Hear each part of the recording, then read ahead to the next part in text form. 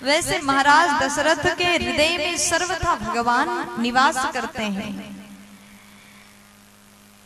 धर्म के धुरी को धारण करने वाले ऐसे महाराज हैं। फिर भी उन्होंने विचार किया अब ये राजपाट को छोड़ करके केवल भजन करना चाहिए।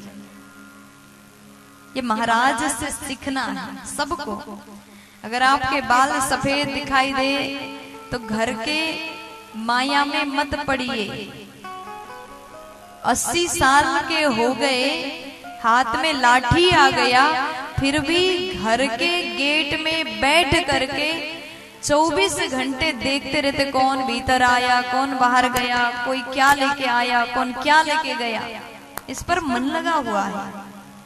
इन सब चीज से मन को हटा करके भगवान के चरण में जोड़ दीजिए। बाल सफेद हो गए तो कलर मत करिए, कलर करो वैसे सब कोई करते हैं। आजकल तो छोटे छोटे बच्चों का भी बाल सफेद हो जाता है, क्योंकि हर चीज में केमिकल है। हम लोग शैम्पू यूज करते हैं उसमें भी केमिकल है। प्राय सबका जो दुकान की चीज उपयोग करते हैं सबका बाल सफेद हो गया, और सब कोई कलर करते हैं। बिना कलर के लोग मिलना मुश्किल है। प्यार से बोलो। लेकिन जिसके बाल नेचुरल कलर हो गया है, सफेद सफेद, वृद्धावस्था आ गया है, तो समझो अब इसको बार बार काला नहीं करना।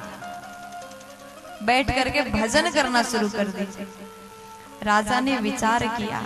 उसी समय जैसे महाराज को पता चला, गुरुदेव से कहते प्रभु मेरे कान के समीप के बाल सफेद दिखाई दे रहे हैं। इसका अर्थ है गुरुदेव अब राम को राज्य देना जरूरी है। सब कुछ राम को सौंप करके, मुझे पता है राम योग्य हैं, उनको दे करके मैं भजन में लग जाऊंगा। गुरुजी ने सुन करके उनको भी हर्ष हुआ। राजा दशरथ तुरंत गुरुजी के पास जाकर के कहते गुरुदेव आप सही मुहूर्त देखिए और उसी समय में महाराज ये जो गद्दी है राजा राम को सौंपेंगे, राम राजा बनेंगे। अत्यंत हर्षित होकर के राजा ने जैसे कहा, गुरुदेव बोले कि महाराज राम जी को राज्याभिषेक करने के लिए, राम राज्याभिषेक करने के लिए सही मुहूर्त की आवश्यकता नहीं है। जिस समय राम जी का राज्याभिषेक होगा वही मुहूर्त सही होगा। जैसे गुरु ने कहा, क्योंकि ये जानते हैं राजा दशरथ ने ये कहा कि कल सुबह सही समय देखिए। गुरुदेव जानते हैं कि सही मुहूर्त आने में अभी 14 साल शेष है। गुरुदेव भविष्य को देखते हैं। राजा अत्यंत हर्षित हैं। उसके बाद महाराज ने कहा कि प्रभु आप राम को जाकर के कल जो भी नियम करना, राजा बनने से पहले जो जो नियम होता उसका पालन करने के लिए आदेश दीजिएगा।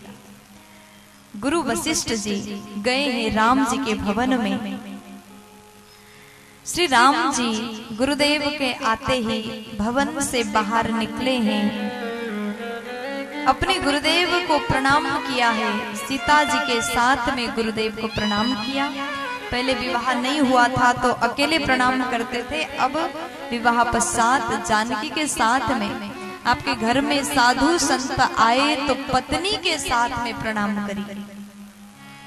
गृहस्थ में प्रवेश आप कर चुके हैं तो कोई भी पुण्य काम करते हो, यज्ञ अनुष्ठान करते हो तो पत्नी के साथ में करिए, तभी फल मिलता।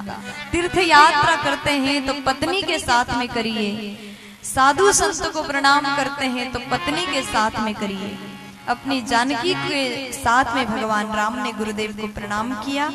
उसके बाद में राम जी ने हाथ जोड़ के प्रार्थना किया, गुरुदेव बताइए क्या आदेश है।